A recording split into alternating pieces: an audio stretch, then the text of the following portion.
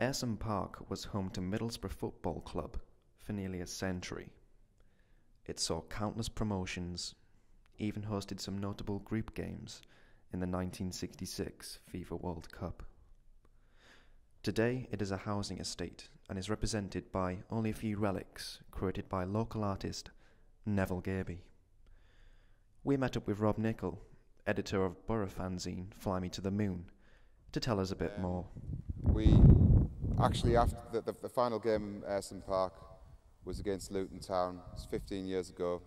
We had to win it to get promotion, but it was an incredible event where the ground was full. It was quite emotional. Lots of old former players came back to parade around the pitch.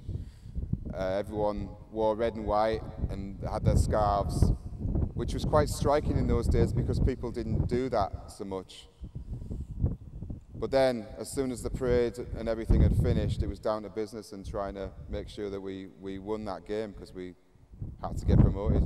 On the completion of all the artwork by Neville Gaby, we had like a party here for all the residents on this ground here, and we showed the film footage of the last match against the wall there, which was really good night.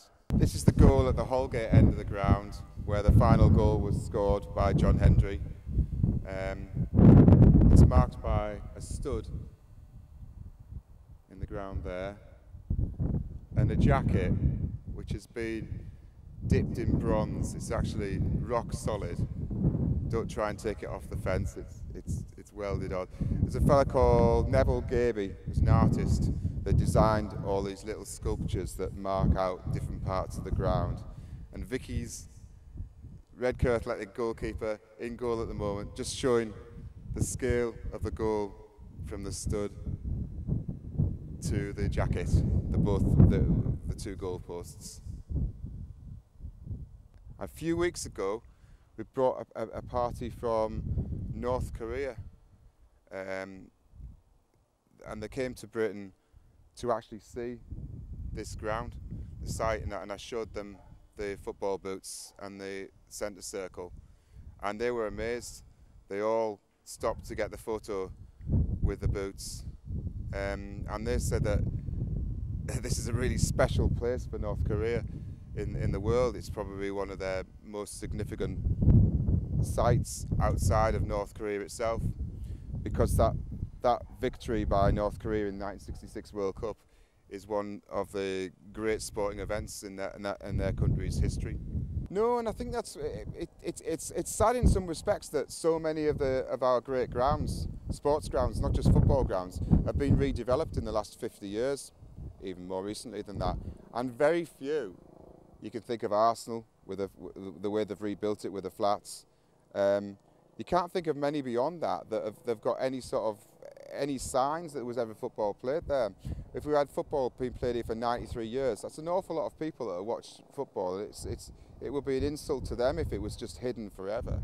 It shouldn't be as special as it is. It should have been something that was followed everywhere around the country. I think other grounds that have developed should have done something to preserve it. And the great thing about what they've done here is that it's something that it's something for the whole estate. You've got like little bits of sculpture all over the place, and people could actually ask at the time, saying, I'd like something in my garden, please. I'd like something outside my house. So everyone could get involved. It's interesting because half the grounds, when we looked at it last year, realised that half the grounds from 1966 World Cup have gone completely. Half of them are still there.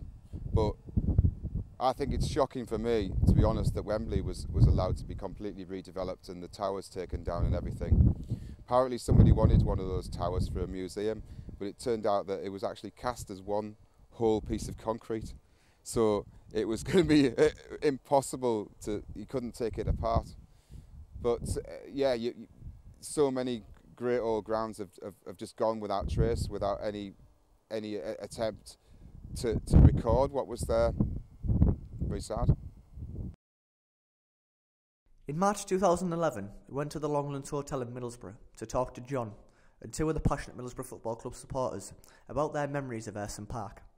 Longlands Hotel has a proud tradition of different Middlesbrough memorabilia spanning generations. Here's what they had to say. Well, I was a big Ayresome Park fan, so I'd obviously rather have stayed there, but to be realistic, we had to move at the time because Ayresome Park was falling to pieces and it wasn't really feasible to rebuild in the position where the ground was. So we probably wouldn't have achieved getting to Wembley without moving to the Riverside and getting a new stadium and getting more fans and a boost from going there, you know. Fascinated by the size of the place, especially a night match. And then you had the eeriness of the place, you know, with the dark, and it was a great old ground. Best memory is probably when I was about 14 or 15, when it was the promotion season, when we'd been relegated to the 3rd division and we came out of the 3rd division with like a dramatic late run that pushed us up.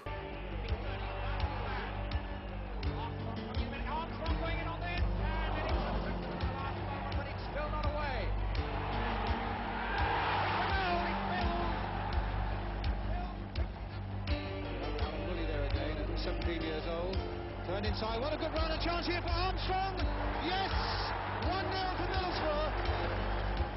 In quickly, and he loses it to Sounders. The short pass that's accurate to Murdoch, and the long one that he hopes will get Wills away. And Beale goes in, and Murdoch is there. Well, that was a mistake by Tottenham.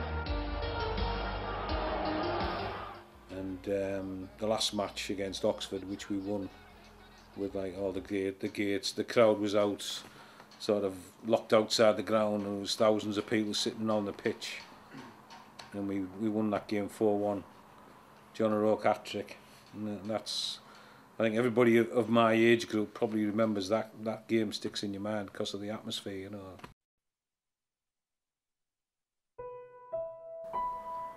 Well, naturally devastated, being a big fan. It was a difficult time. Players couldn't even train. Well, training on a local field at Tollsby Road. Well, just everybody was devastated, but we'd all been sort of, all this had come over a period of time, so we sort of knew something like this was coming, but when it actually came to the crunch, everybody was sort of devastated to think that you wouldn't have a football team anymore. Well, it was generally a feeling of disappointment, sadness, despondency. You've got to remember it's a famous club and you don't expect your club to die. For whatever reason, you know, the supporters don't look at financial troubles, they're more just interested in what team that the manager can put out or what new players are coming in. Nobody's interested in financial difficulties, whether it's Manchester United, Real Madrid or Hartlepool or Stockport, you know. It was a difficult time. Players couldn't even train.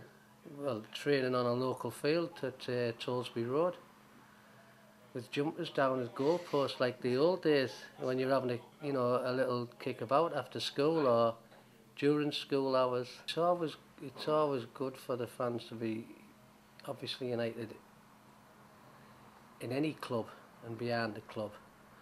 But at the time there was more of a feeling of doom and gloom and despondency, and it's not a very nice time for any. I mean, there's plenty of other clubs going through it as well, and I've gone through it before and I've gone through it to the present date.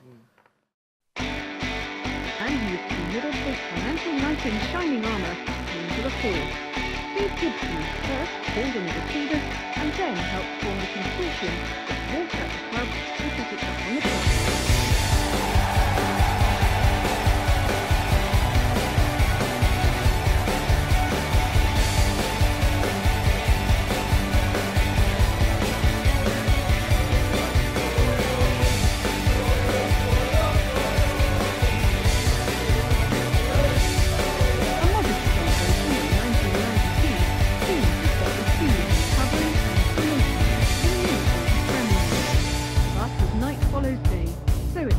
Middlesbrough, promotion follows promotion. Same basic problem. I think the club's struggled at the time for 5-6 seasons.